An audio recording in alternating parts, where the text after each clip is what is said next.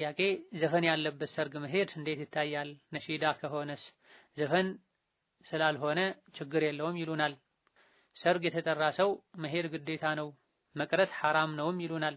ዘፈን ሐራም ነው ያለበት ቦታ አንሄድም ስንል አንዳንድ ሰዎች ዘፈኑ ሲጀምር ትወጣላችሁ እስኪጀምር ችግር የለውም ይላሉ። በነሺዳ ስም በሰለዋት ሴቶችም ሆነ ወንዶች ሰርግ ላይ ስለሚጨፍሩስ ምን ይመክሩናል የሚል ጥያቄ ነው። የሰርግ ጥሪን ተቀብሎ መሄድ ግዴታ የሚሆነው ቦታው ላይ ወንጀል ከሌለ ነው። ማንኛውም በሸሪዓ የተከለከለ በአላህና በመጨረሻው ቀን የሚያምን ሰው ሊያደርገው የማይገባ ተግባር ቦታው ላይ ካለ ጥሪውን አክብሮ መሄዱ ዋጅብና ግዴታ አይሆንም፣ ግዴታነቱ ይቀራል። ዘፈን በቁርአን በሐዲስ በሰሐቦች ንግግር መሰረት ሐራምና ክልክል ነው። ወሚነ ናሲ መን የሽተሪ ለህወል ሐዲስ ሊዩድለ ዐን ሰቢልላህ የሚለው የቁርአን አንቀጽ በዘፈን ተፈስሯል። ነቢዩም ዓለይሂ ሰላቱ ወሰላም አኺር ዘመን ላይ ዝሙትን፣ የሐር ልብስን፣ የሙዚቃ መሳሪያን፣ ዘፈንን ሐላል የሚያደርጉ ሰዎች ይመጣሉ ብለዋል ነብዩ ሰለላሁ ዐለይሂ ወሰለም።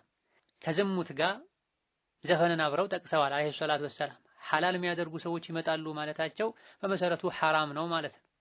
እንደዚሁ ደግሞ ደጋ ቀደምቶች ዘፈን ልብ ላይ ሙናፊቅነትን ያሳድጋል፣ ውሃ አትክልትን እንደሚያሳድገው ተብሏል።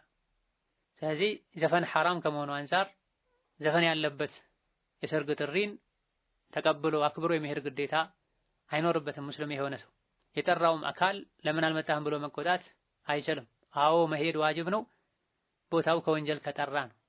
ወንጀል ካለ ሰዎችን ጥሪ ማክበር በሰላም ግዴታ ነውና ኑ ሊል አይገባም። ቀድሞ ቦታውን ከወንጀል ማጥራት ይኖርበታል። ነሺዳን በተመለከተ የዘመኑ ነሺዳዎች አብዛኞቹ ከዘፈን ማይለዩና ማይተናነሱ ናቸው። አብሯቸው የሙዚቃ መሳሪያ ይኖራል። በወንድ በሴት በህፃናት ድምፅ ሁሉ በጋራ እየተባሉ ዘፈን የሚሰራውን አይነት ስራ የሰዎች ልብ ውስጥ እንዲሰሩ ይደረጋል። የድሮና የዘንድሮ ነሺዳ አንድ አይደለም። በመሰረቱ ነሺዳ የሚለው ቃል አረብኛ ነው። ነሺዳ ማለት ድምፅን ጮክ አድርጎ ግጥም መግጠም ማዜም ማለት ነው እንጂ የሴት የህፃናት ድምፅ አስገብቶ ከበሮና የሙዚቃ መሳሪያ ጨምሮ የሚባሉ ነገሮችን ከድሮ ነሺዳ ጋር አመሳስሎ ይቻላል ብሎ መከራከር የሚሆን መተግበር አይቻልም። ይህ እንዳለ ሆኖ ሰርግ ላይ ከበሮ መምታት ለሴቶች ተፈቅዷል። ከታች ክፍት የሆነ ከበሮ ሲሆን ይህም የተፈቀደው ለሴቶች ለብቻቸው። ወንዶች ከሴቶች ጋር አብረው ሊያደርጉ አይገባም። ወንዶችም ለብቻቸው የወንዶች አዳራሽ ላይ ወይም ክፍል ላይ ሊያደርጉ አይገባም። የተፈቀደው ሰርግ ላይ ጭፈራ፣ ከበሮ ለሴቶች ብቻ ነው። ቃላታቸውን ከሸሪዓ ጋር የማይጋጩ ሐያን የማይገፉ መሆን አለበት። ሴቶችም ቢሆን የሚሉት ዘፋኝ ሴቶችን ሊያመጡም በጭራሽ አይገባም። እዛው በጊዜው የገረላቸውን እርስ በርሳቸው እየገጠሙ ሰርግ መሆኑ እንዲታወቅ ሊያደርጉ ሊጫወቱ ይገባቸዋል። ወንድ ይሄን በጭራሽ ሊያደርግ አይገባም።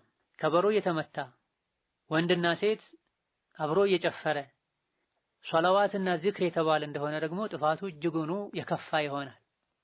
ሶላዋት ዒባዳ ነው፣ ዚክር ዒባዳ ነው። ዒባዳ ከከበሮ ጋር በጭራሽ አልተያዘም ሸሪዓችን ላይ። የተኛውም የነቢ ሷሐባ ከበሮ እየመታ አይጨፍርም ነበር ተብሏል። አንድ ሷሐባ እንኳ ከበሮ እየመታ አይጨፍር ነበር የሚል ማስረጃ ማምጣት አይቻልም።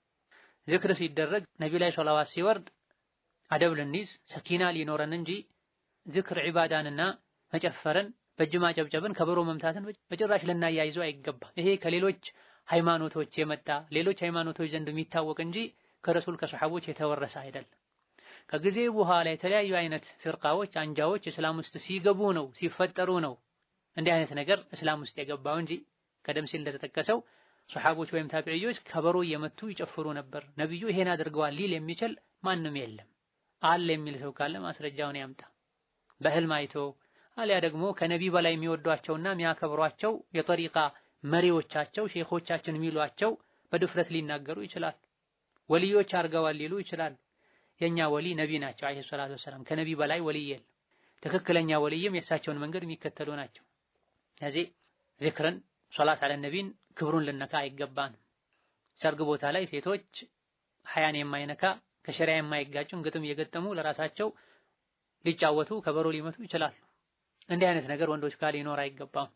እንዲህ አይነት ችግሮች ካሉበት ሰርጉ ላይ ሄዶ ማስወገድ የሚችል ሰው መምከር የሚችል ሰው ካልሆነ በስተቀር ለመታደም ሰርጉን ለማጀብ መሄድ አይቻልም፣ ሙንከር ስላለ። ሌላኛው ጥያቄ ገጠር አካባቢ መሬትና ብር ይቀያየራሉ፣ ስሙም በተለምዶ ወለድ አግድ ነው የሚሉት። ለምሳሌ መሬት ያለው ሰው ብር አይኖረውም፣ ብር ያለው ሰው መሬት አይኖረውም እና በዘንድሮ ዋጋ ተወያይተው ይቀያየራሉ። መሬቱ አንድ ጥማድ ከሆነ ዋጋውን ይወያዩና በውል ይቀያየራሉ። ለ2 ዓመት ብለው ነው የሚዋዋሉት እና ብር ሊመለስ መሬቱን ሊሰጠው እንዳጋጣሚ ብር ካላገኘ ብር እስከሚያገኝ ድረስ መሬቱን የገዛው ሰው ይጠቀመዋል። በሸሪዓ እንዴት ይታያል? ወለድ አገድ ሪባ ነው፣ አይቻልም።